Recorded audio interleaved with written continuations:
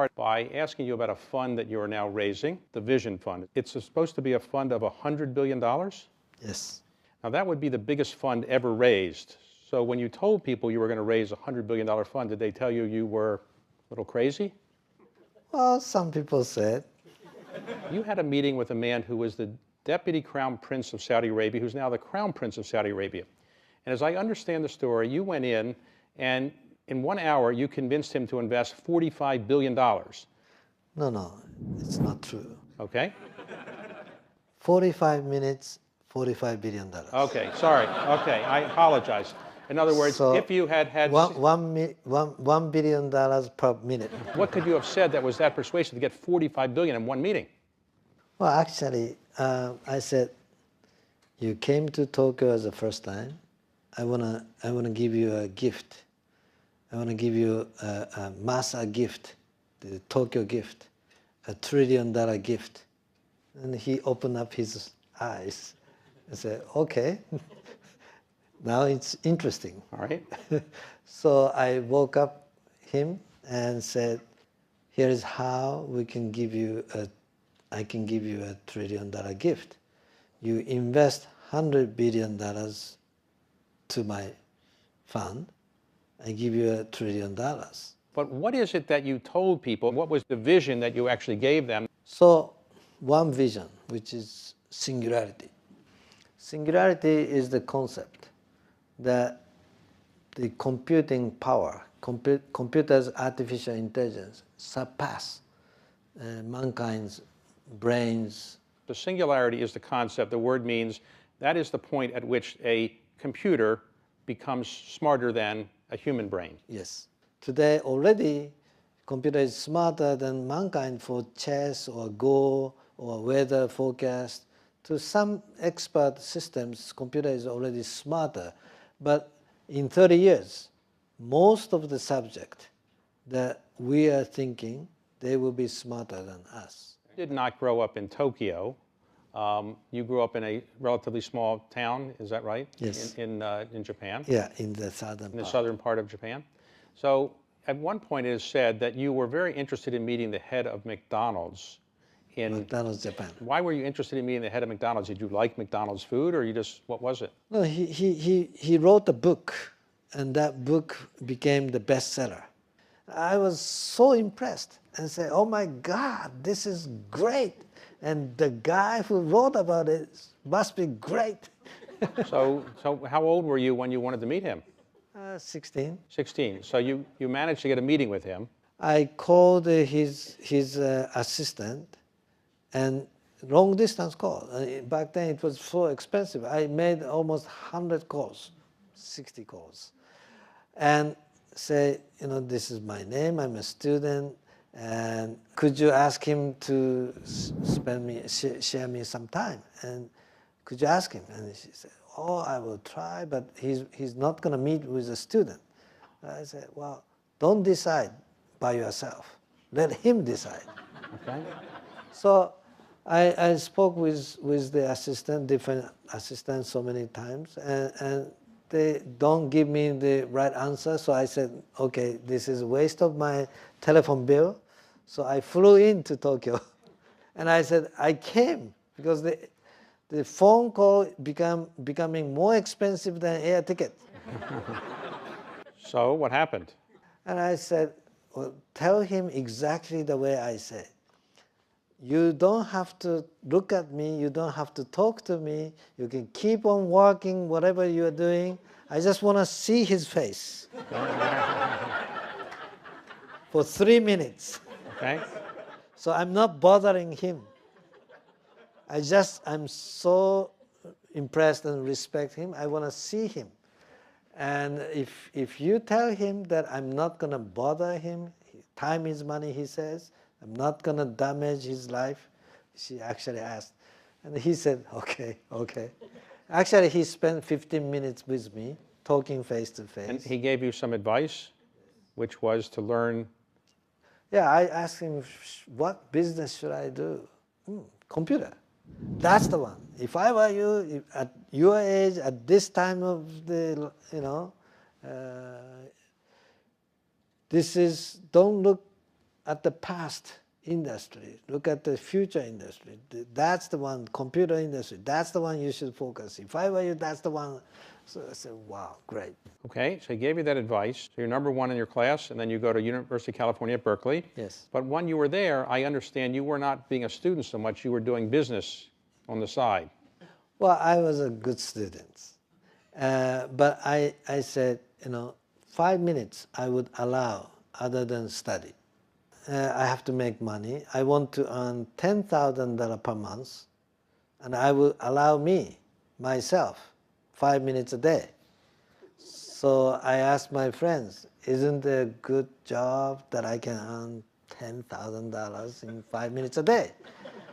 But my friend said, you're crazy, it's impossible, nothing like that. Do you want to sell drug? So I said, no, I don't want to do that. So I said, okay, what is the best, most efficient use of my time? It's invention. It's invention, and I have to file a patent. If I get the patent, 5 minutes, if I focus, I can come some idea. I can make some idea. So I set alarm clock 5 o'clock, 5 minutes. And tick. In 5 minutes, I said, come, invention, come, come, right? So I did that. And it worked. It worked. You invented a machine that helped people translate languages? Yeah, that one was the electronic dictionary. The first electronic dictionary, many students use electronic dictionary. The first one ever made was by myself. First electric dictionary. Yes. And you sold it to Sharp? To Sharp. And you made a lot of money. Yeah, $1.7 million. So what did you do with 1.7 million then? Well, I used to start SoftBank. Okay, so did you move back? I did one more project. I made another 1.5 million. So I made 3.2 million in 18 months. So that is better than $10,000 per month. Right. I told that to my friend. Look, I got $3.2 million, and I kept working only 5 minutes a day, as I promised you. But then after you graduated and you made these successful inventions, you moved back to Japan. Is that right? Why did you move back to Japan? Not that it's not a great place to move back to, but you're in Silicon Valley area. Why not stay there? I created a company, and my employees asked me to stay, but I said, no. I promised to my mother when I decided to come study in the States. She was crying in the airport, and I said, no, don't cry, Mom. After I graduate from the school, I come back. I promise. She said, no, you don't come back. This is the forever, farewell. No, I promise you, don't worry, I promise you. So I kept my word. All right, so you moved back to Japan, and then you start a company called SoftBank. What was SoftBank's purpose? What kind of business were you in? So that was the beginning of the time of the personal computer got started. So, but there's hardware, not enough software. So I aggregate all kinds of software from the small software houses. And I wholesale to the PC stores. So it's like a bank, the software's bank. It's not the money bank. The software wholesaling, storing in my warehouse. So it's like a concept. So it was very successful. SoftBank stock is going up. And then you decide at some point to start investing. One of the investments you made is considered by many people to be the most successful investment in the history of mankind. You invested roughly $20 million in Alibaba. And at the time it went public, it was worth roughly $90 billion. So 20 million to 90 billion is a return of about 4,500%. Now, Jack Ma is a very distinguished individual now one of the most successful entrepreneurs in the world. What is it that made you feel this was worth putting in $20 million? Well, he had no business plan and zero revenue. Employees, maybe 35, 40 employees. But his eyes was very strong eyes, strong, shining eyes.